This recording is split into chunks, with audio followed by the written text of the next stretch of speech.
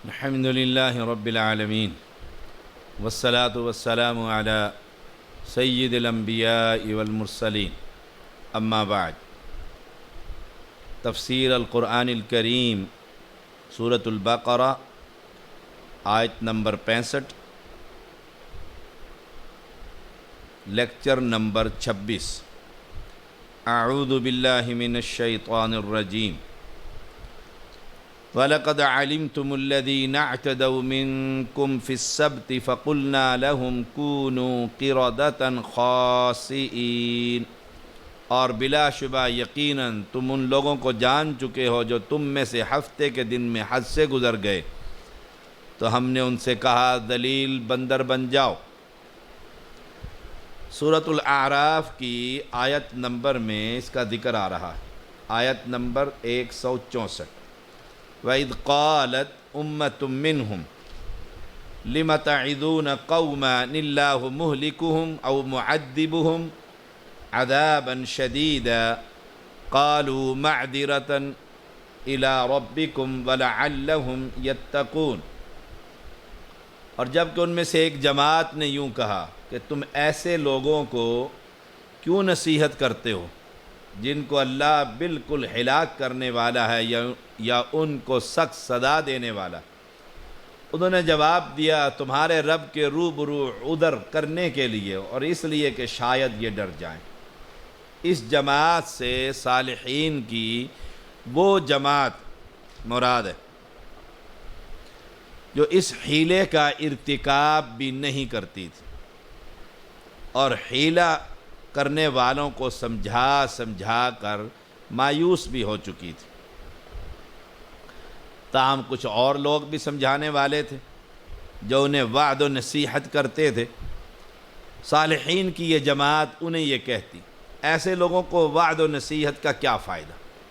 یعنی دو جماعتیں، ایک جماعت صالحین کی وہ جو سمجھا رہی ان حیلہ باز لوگوں کو، اور پھر مایوس ہو گئی، تھک گئی ہے، چھوڑ دیا۔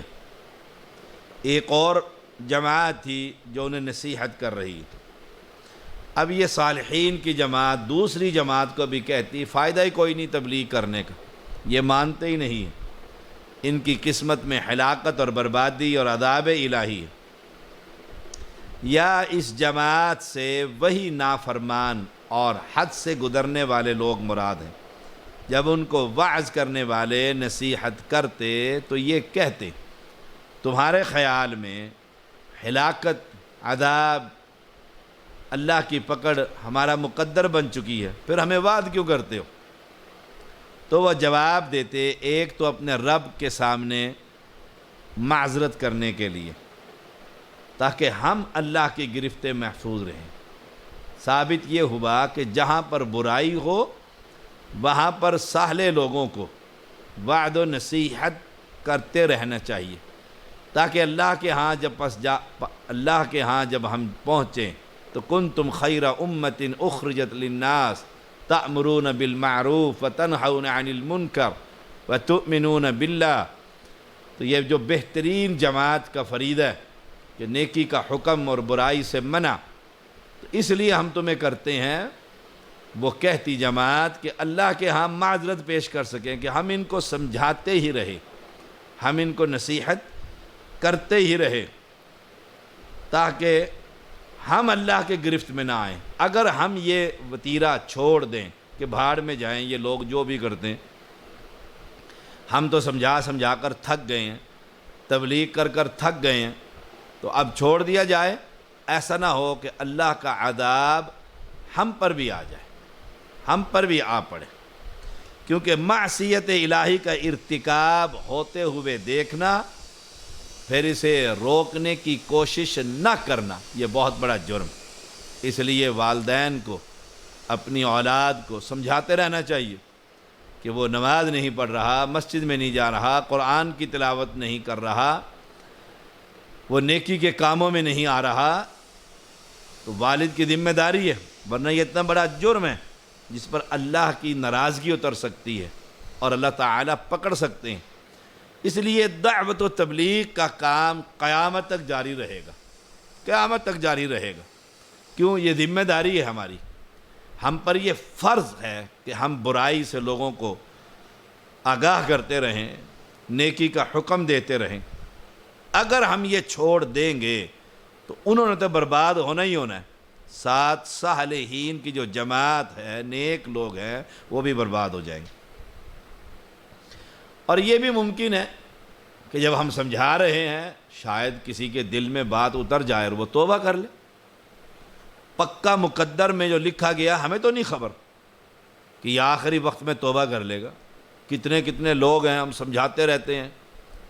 ایک شخص میری مسجد میں جو انتہائی مخالف تھا، 14 سال کے بعد اہل حدیث ہوا، 14 سال تک ہماری مسجد میں آتا رہا، اور جو لوگ رفع الیدین شروع کر دیتے انہیں اپنے گھر لے جاتا، چائے پلاتا، انہیں کتابیں نکال نکال کر دکھاتا، میرے خلاف جو بھڑکا سکتا، لوگوں کو نماز غلط کروا دیتا، پھر ہم محنت کرتے۔ اس کا ذمہ داری یہی تھی کہ دیکھتا رہتا تھا کہ کس شخص نے نماز درست کر لی ہے اور اسے چائے پر بلا لیتا، اور ماسٹر امین اکاڑوی کی کتابیں اٹھا اٹھا کر اس کے سامنے رکھتا۔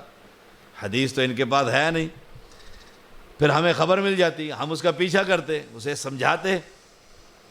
جب وہ شخص 14 سال کے بعد اہل حدیث ہوا تو ہم سبحان اللہ، یہ جو فائدہ ہے، شاید یہ لوگ اس حد سے جو گزر جاتے ہیں اس سے بعد آ جائیں۔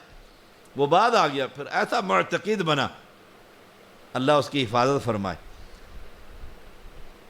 تو یہ 3 جماعتیں ہو گئی ہیں، نافرمان نمبر 1، اور شکار کرنے والی جماعت جو ہفتے کے دن لا کر اس گڑھوں میں مچھلیوں کو بند کر کے آگے اس کے سٹاپ لگا دیتے، سٹاپر، لیکن ہفتے کو پکڑتے نہیں تھے، پکڑتے اگلے دنوں میں تھے، ہیلا بنا لیا تھا۔ نمبر 1 جماعت۔ نمبر 2 وہ جماعت جو بالکل کنارہ کش ہو گئی تھی، نہ وہ نافرمانوں میں تھی اور نہ وہ منع کرتی تھی، اللہ کی بغاوت نہیں کرتی تھی لیکن بغاوت کرنے والوں کو منع نہیں کرتی تھی۔ اور تیسری وہ جماعت جو نافرمان بھی نہیں تھی اور بالکل کنارہ کش بھی نہ ہوئی، بلکہ نافرمانوں کو منع کرتی رہی، نافرمانوں کو منع کرتی۔ یہ ہے وہ کامیاب جماعت نمبر 3، جو کنارہ کش نہیں ہوئی، مایوس نہیں ہوئی، تبلیغ کا کام کرتی رہی، انہیں سمجھاتی رہی، وعد و نصیحت کرتی رہی۔ فلما نسوا ما ذکروا به انجینا الذین ینہون عن السوء واخذنا الذین ظلموا بعذاب بئیس بما كانوا یفسقون۔ سو جب وہ اس کو بھول گئے جو ان کو سمجھایا جاتا تھا، وہ سبق، وعد و نصیحت، کوئی پرواہ نہ کی اور نافرمانی میں اڑے ہی رہے، بھول گئے اس۔ تو ہم نے ان لوگوں کو تو بچا لیا، وہ پارٹی، انجینا الذین ینہون عن السوء، ان کو تو بچا لیا جو اس بری عادت سے بنی اسرائیل کی اس نافرمان جماعت کو منع کیا کرتی تھی۔ وَأَخَذْنَا الَّذِينَ ظَلَمُوا بِعَذَابٍ بَئِيسٍ بِمَا كَانُوا يَفْسُقُونَ، اور ان لوگوں کو جو کہ زیادتی کیا کرتے تھے سخت عذاب میں پکڑ لیا، اس وجہ سے کہ وہ بے حکمی کیا کرتے تھے، یعنی وہ ظالم بھی تھے، اللہ کی نافرمانیوں کا ارتکاب کر کے انہوں نے اپنی جانوں پر ظلم بھی کیا تھا اور جہنم کا ایندھن بنا لی، اور فاسق بھی تھے کہ اللہ کے حکموں کا ارتکاب، نافرمانی کا ارتکاب کر کے، یہ نہیں کہ آج کر لیا، پھر وتیرہ ہی بن گیا تھا ان کا، جیسے داڑھی موڑنے والوں کا وتیرہ بن جاتا ہے، بس وہ دن رات اسی کام پر لگے رہتے ہیں۔ مومن کبھی بھی مستقل مزاجی سے گناہ کا دل دادا نہیں ہوتا۔ ایک گناہ ہو گیا، غصے میں آ گیا، جھوٹ بولا ہے، گناہ ہو گیا، غلطی ہو گئی ہے، خطا ہو گئی ہے، لیکن مستقل جھوٹ بولے نہیں، مومن ایسا نہیں ہوتا۔ مستقل گناہ کبیرہ کرے نہیں، ایسا نہیں ہو سکتا۔ فلما عتوا عما نهوا عنه قلنا لهم كونوا قردة خاسئین، یعنی جب وہ جس کام سے ان کو منع کیا گیا تھا اس سے حد سے نکل گئے، سمجھانے والوں سے بھی بات نہ آئے، جو جماعت ساتھ تھی مایوس ہو گئی تھی وہ ہٹ گئی ان کے پاس سے، یہ اپنے کام پر مستقل مزاجی سے وہ گناہ کرتے رہے۔ تو پھر اللہ نے کیا کہا، یہی ذکر سورۃ البقرہ میں ہے، اور یہی پر 166 نمبر سورۃ الاعراف، کونوا قردۃ خاسئین، تم ذلیل بندر بن جاؤ، ذلیل۔ عتو، فلما عتو کے معنی جنہوں نے اللہ کی نافرمانی میں حد سے تجاوز کیا، بغاوت حد سے زیادہ۔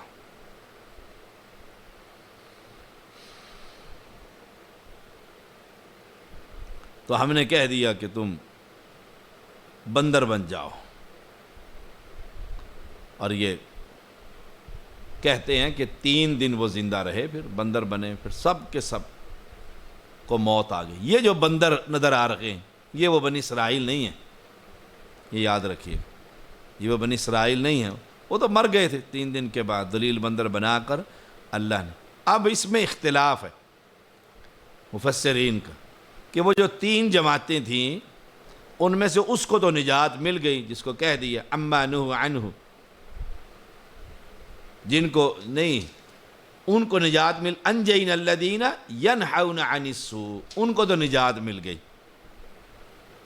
جو منع کرتے تھے، اور باقی دونوں عذاب الہی میں جو مایوس ہو کر بیٹھ گئے، انہیں منع ہی نہیں کرتے تھے، ان کو بھی عذاب آیا، کچھ لوگوں کا خیال ہے، یا صرف نافرمان ہی بندر بنے تھے، اور باقی 2 جماعتیں نجات پانے والی تھی، ایک وہ جو مایوس ہو گئی تھی اور ایک وہ جو ٹاپر تھی دعوت کا کام کرنے میں، جو منع کر رہی تھی۔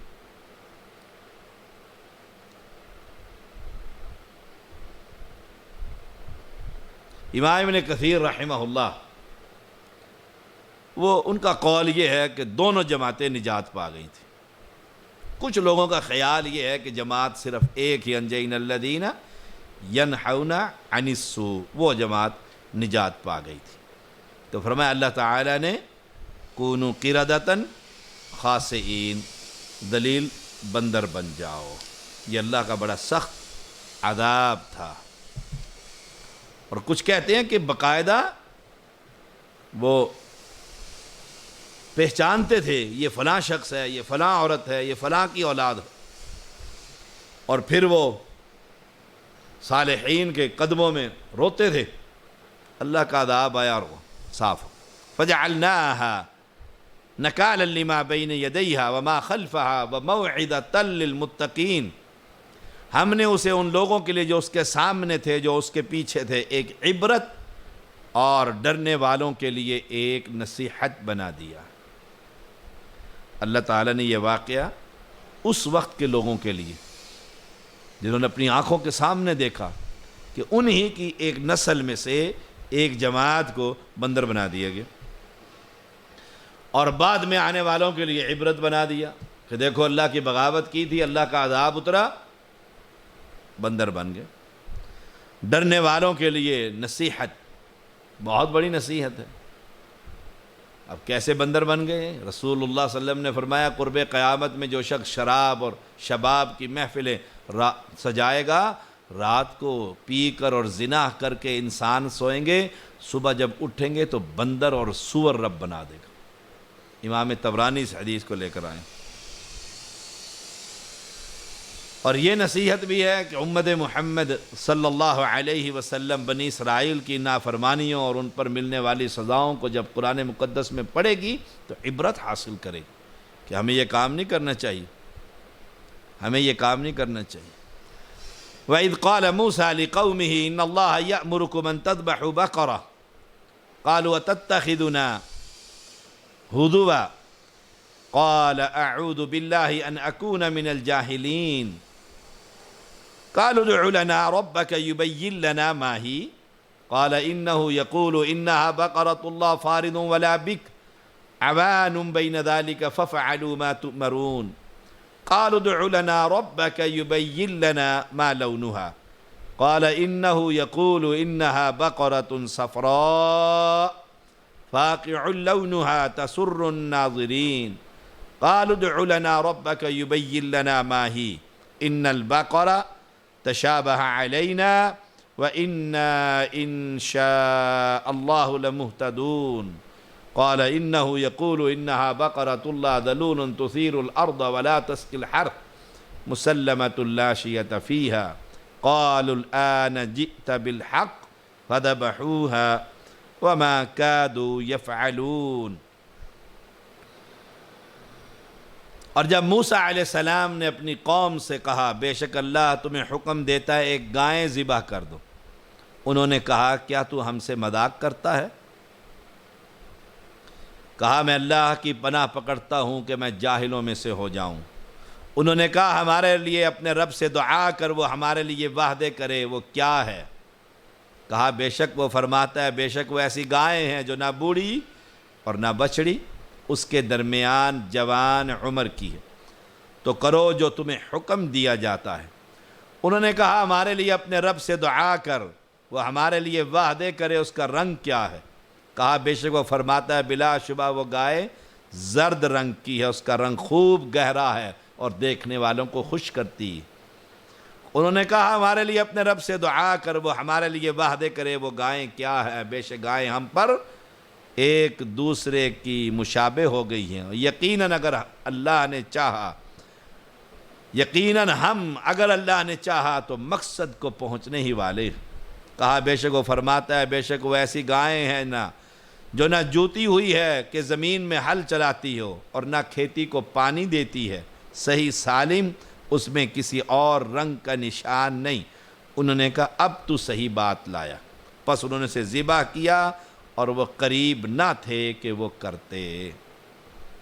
مصر میں غلامی کے زمانے میں غالب قوم کے اثر سے بنی اسرائیل میں گائیں کا تقدس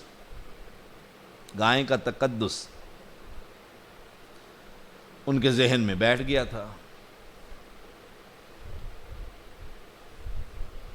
اظہار اس وقت ہوا جب موسیٰ علیہ السلام کوہ طور پر گئے تورات لینے کے لیے، تو انہوں نے بچڑا بنا کر اس کی عبادت شروع کر دی۔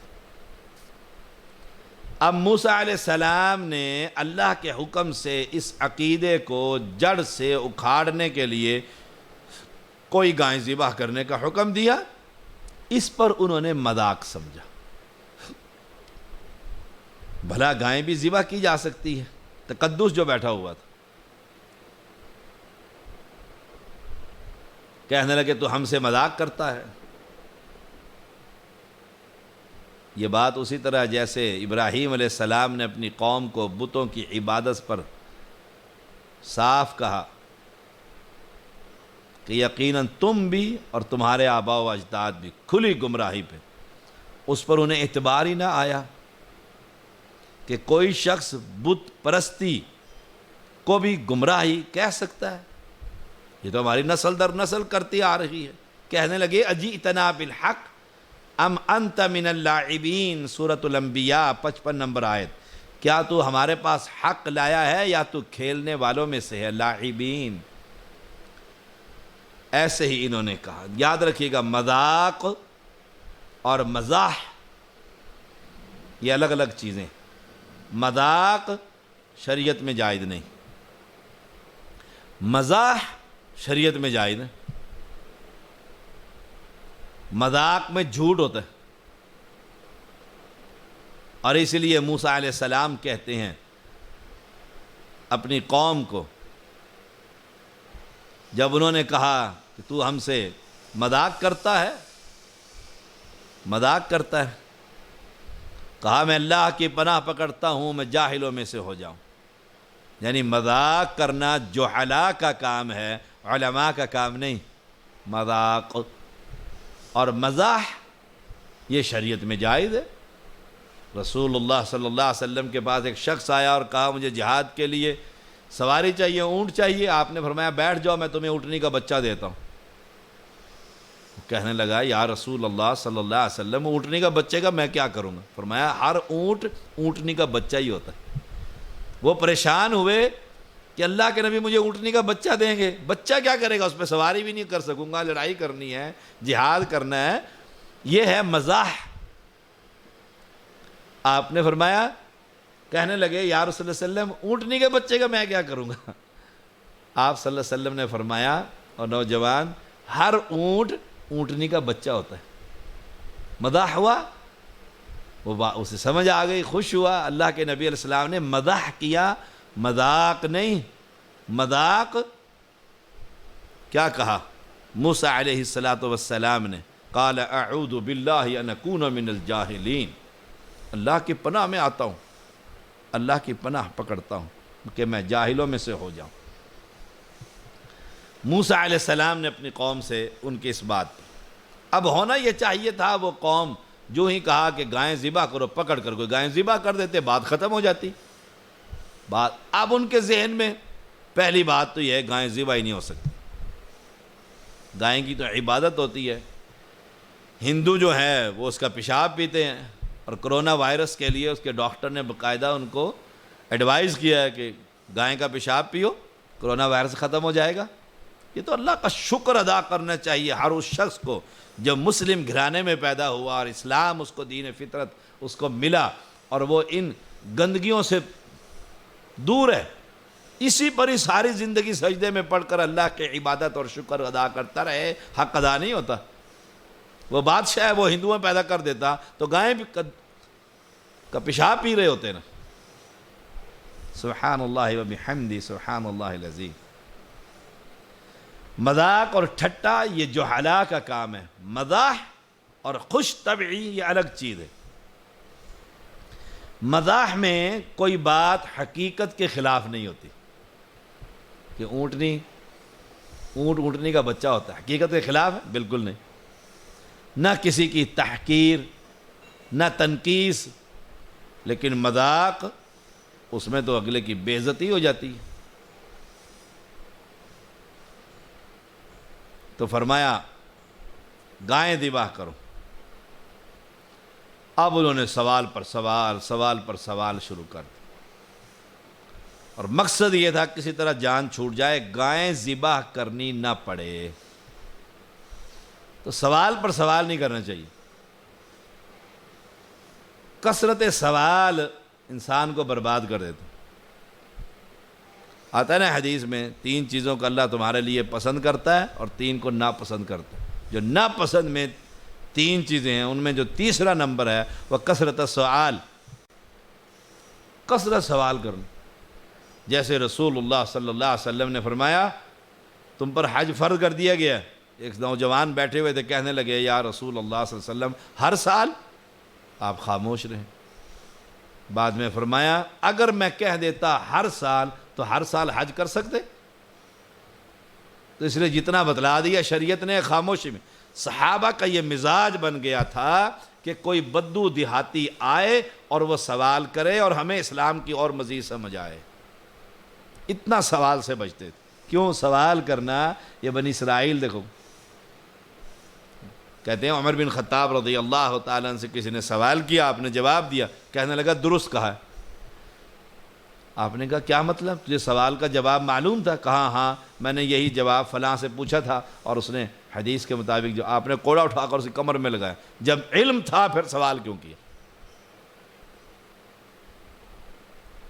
ایسے لوگ پوچھتے ہیں علماء سے، خطباء سے، سوال کا جواب صحیح آ جائے تو کہتے ہیں بالکل صحیح کہا، اپنے مزاج کے مطابق ہو تو صحیح کہا۔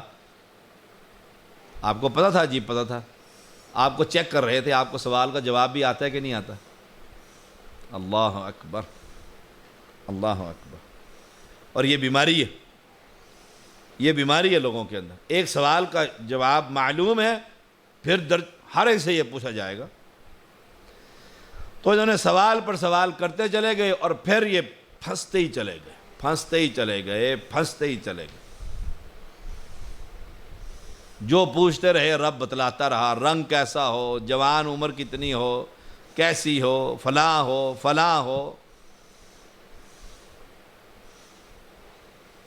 اب وہ ایسے پھنسے کہ وہ جو تقدس ان کے ذہن میں تھا، جس رنگ کا، اللہ نے وہی رنگ، وہی عمر، ہر چیز ویسے ہی لا کر ان کو ایسے جال میں وہ پھنس گئے، اور پھر آخر کار انہوں نے کہا انشاء اللہ لمہتدون۔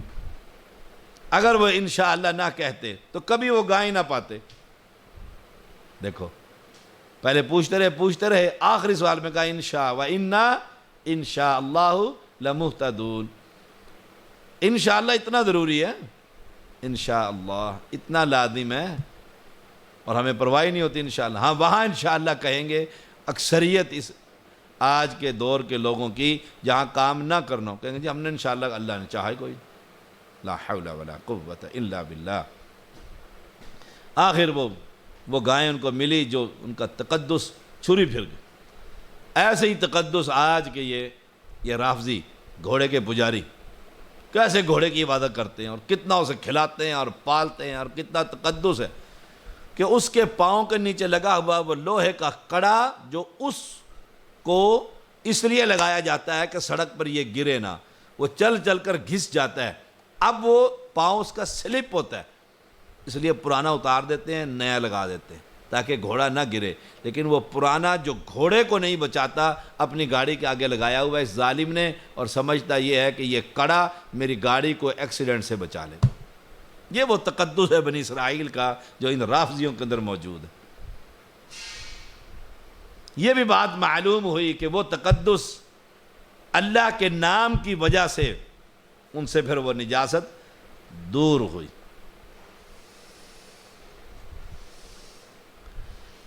بقرہ، اللہ نے ایک گائیں کہا تھا نا، قال انہ یقول انہا بقرۃ اللہ ذلول تثیر الارض، اب انشاءاللہ کہا تو پھر بقرہ۔ اب بقرہ میں تا جو ہے یہ وحدت کی، بقرن جنس ہے، جیسے تمرن اور نملن جنس ہے۔ تمرتن اور نملتن سے مراد ایک کھجور اور ایک چونٹی ہے، اس کا تذکیر و تانیث سے کوئی تعلق نہیں۔ وہ گائیں بھی ہو سکتی اور بیل بھی ہو سکتا، جیسے کہ ہل چلانا اور پانی کھینچنا بیل کی صفات، عین ممکن ہے انہیں بیل ذبح کرنے کا حکم دیا گیا ہو، اور یہ بھی ہو سکتا ہو کہ مصر میں کھیتی باڑی کا کام بیل کے ساتھ ساتھ گائیں سے بھی لیا جاتا ہو، ممکن ہے اس دور میں ایسا ہوتا ہو، ممکن ہے اس دور میں۔ اس واقعے سے یہ بات بھی ثابت ہوئی کہ بے جا سوالات کی قباحت۔ آپ بیٹھ جائیں، دیکھیں لوگ جمع ہو جاتے ہیں، پھر فضول قسم کے سوالات کی بھرمار ہو جائے، لا حول ولا قوت الا باللہ۔ اور جو عمل کرنے والا آدمی ہوتا ہے نا، اسے سوال کی ضرورت ہی نہیں پڑتی، ہاں سمجھنے کے لیے کہ نماز کا طریقہ کیا ہے، بس سوال کر لیے، اس کا جواب مل گیا۔ فرمایا اللہ تعالی نے اس امت کو منع کیا ہے کثرت سوال سے بھی، لا تسألوا عن اشیاء ان تبد لکم تسؤکم، سورۃ المائدہ 101 نمبر آیت۔ ان چیزوں کے بارے میں سوال مت کرو، اگر ظاہر کر دی جائیں تو تمہیں بہت بری لگیں گی، بہت بری لگیں گی تمہیں، سوال مت کرو جو بتلا دیا جاتا۔ وآخر دعوانا ان الحمد للہ رب العالمین۔